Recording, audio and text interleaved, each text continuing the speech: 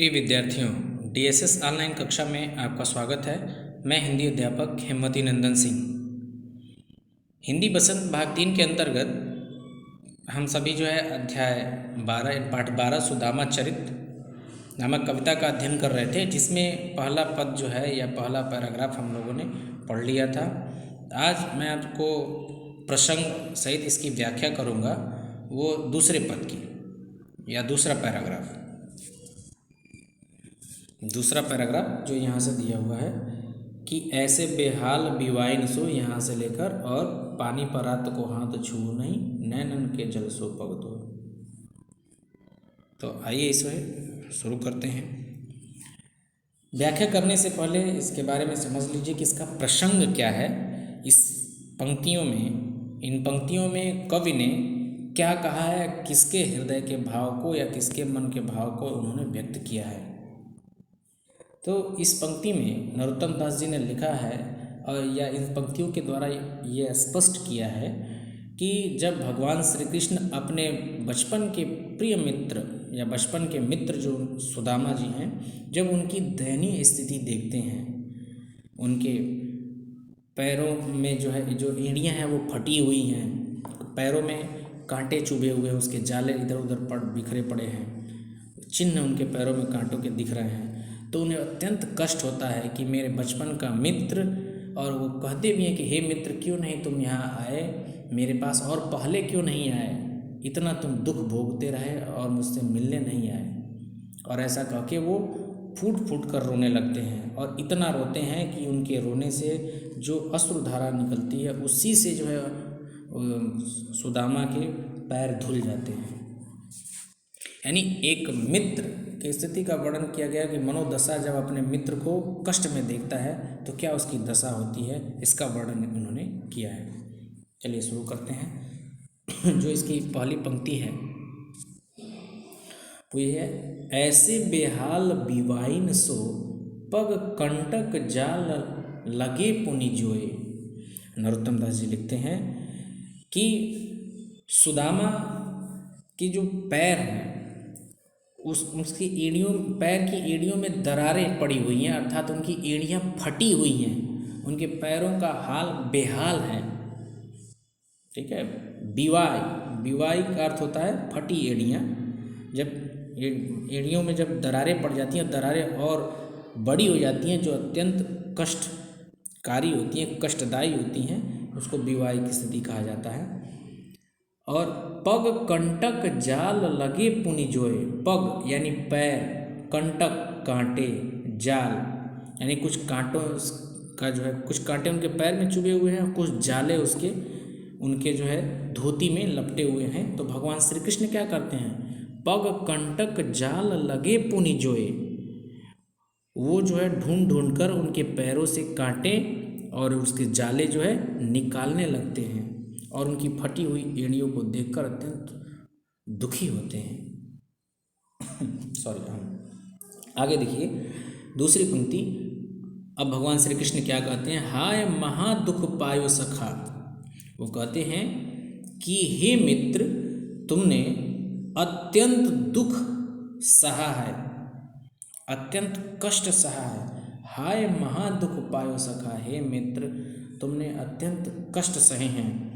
तुम आए इतय न, यानी तुम इतय यानी यहाँ, न कितय, तुम यहाँ नहीं आए, कितने दिन खोए, कितने दिन बीत गए और आज तुम यहाँ आ रहे हो। अर्थात हे मित्र, तुम मेरे पास और पहले क्यों नहीं आए, इतने दिन बीत जाने के बाद, अर्थात इतना कष्ट झेलने के बाद तुम मेरे पास आए हो और पहले क्यों नहीं आए।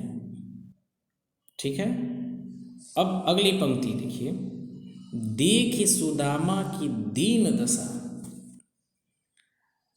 अब एक सच्चे मित्र के हृदय के भाव को उन्होंने प्रकट किया है कि जब उसका मित्र कष्ट में होता है तो उसे भी दुख और कष्ट होता है, उतना ही पीड़ा होती है जितना कि उस मित्र को हो रही है।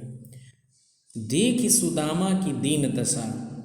अब अपने प्रिय मित्र सुदामा की दीन दशा यानी दयनीय स्थिति, दीनहीन दशा को देखकर भगवान श्री कृष्ण की क्या स्थिति होती है, ये आगे देखिए। करुणा करिके करुणा निधि रोए। करुणा यानी करुणा, करिकै यानी करके, करुणा निधि अर्थात करुणा निधि कहा जाता है भगवान श्री कृष्ण को, अर्थात दया के सागर हैं, वो सब पर दया बरसाने वाले हैं, अपने भक्तों को पर दया भाव रखने वाले हैं, दया दृष्टि रखने वाले हैं। तो अब अपने मित्र की स्थिति को देखकर, दयनीय स्थिति को देखकर अब वो करुणा करके भगवान श्री कृष्ण रोने लगते हैं, बिलखने लगते हैं। और उसके बाद से क्या होता है देखिए, पानी परात को हाथ छुओ नहीं, नैनन के जल सो पग धोए। ये पंक्ति बहुत ही प्रसिद्ध है हिंदी काव्य जगत में, विशेषकर जो है जब अलंकार की बात करते हैं और उसमें अतिशयोक्ति अलंकार की बात करते हैं तो इस पंक्ति को जरूर याद किया जाता है या लिखा जाता है या उदाहरण के रूप में प्रस्तुत किया जाता है। पानी परात को हाथ छुओ नहीं।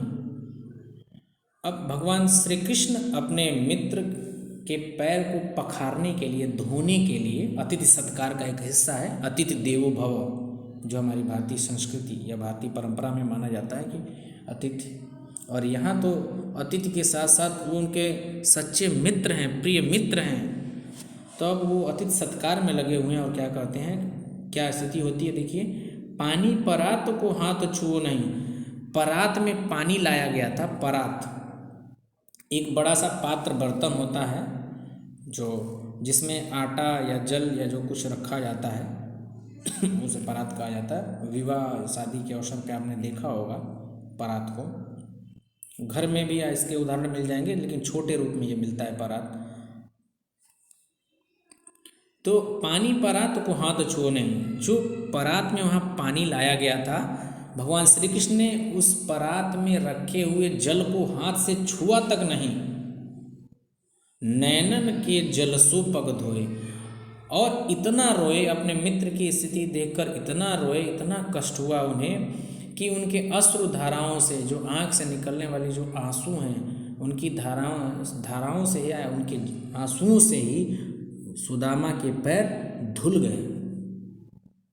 हालांकि यहाँ पे अतिशयोक्ति में कवि ने वर्णन किया है, अतिशयोक्ति प्रस्तुत किया है कि भगवान श्री कृष्ण पानी में रखे परात में रखे हुए पानी को छुआ तक नहीं और इतना रोए कि उनके आंसू से ही सुदामा के पैर धुल गए। तो उम्मीद है आपको ये व्याख्या अच्छे से समझ में आया होगा। इसके बाद भी यदि किसी को किसी प्रकार की समस्या है, संदेह है, तो निसंकोच आप जो है मेरे व्हाट्सएप पे मैसेज करके या डायरेक्ट जो है प्रत्यक्ष रूप से कॉल करके भी आप समस्या का निराकरण कर सकते हैं। आज के लिए इतना ही, फिर नेक्स्ट डे अगले दिन जो है हम अगली पंक्ति की व्याख्या करेंगे। तब तक के लिए धन्यवाद।